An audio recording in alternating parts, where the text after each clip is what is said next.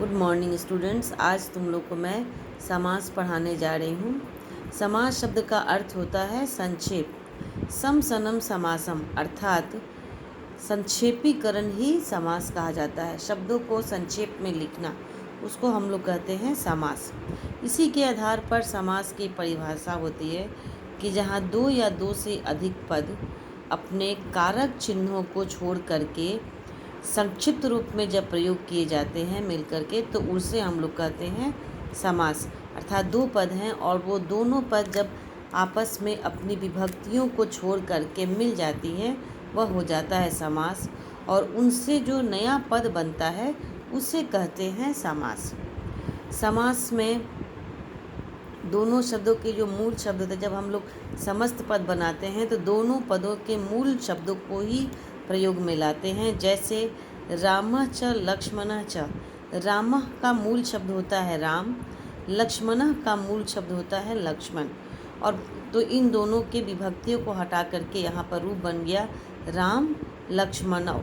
इसके चूँकि यह एक राम और एक लक्ष्मण दो हो गए, तो यहाँ पर द्विवचन का प्रयोग किए गए।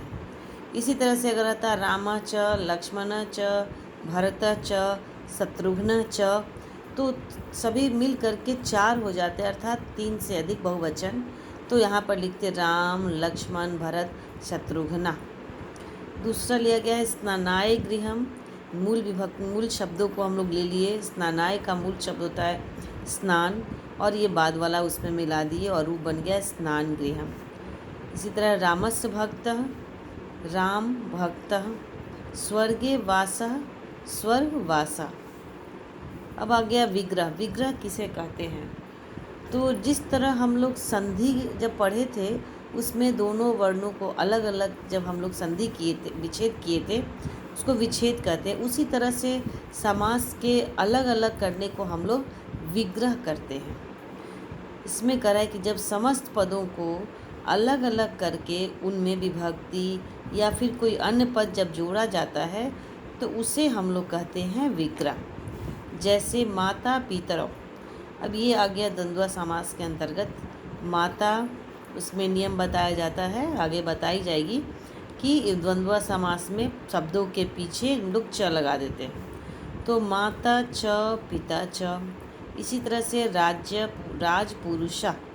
अब राजपुरुषा राजा का पुरुष, इसमें हम लोग षष्ठी लगा दिए राजन शब्द का, और वो हो गया राज्ञ पुरुषा। वृक्षपतितः, ये हो गया वृक्षात् पतितः। उपनगरम नगरस्य समीपम, ये हो गया आपका समास। समास के पूरे जो मुख्य परिभाषा बताई गई है वो सभी आगे बताया जाएगा इसके भेदों के बारे में।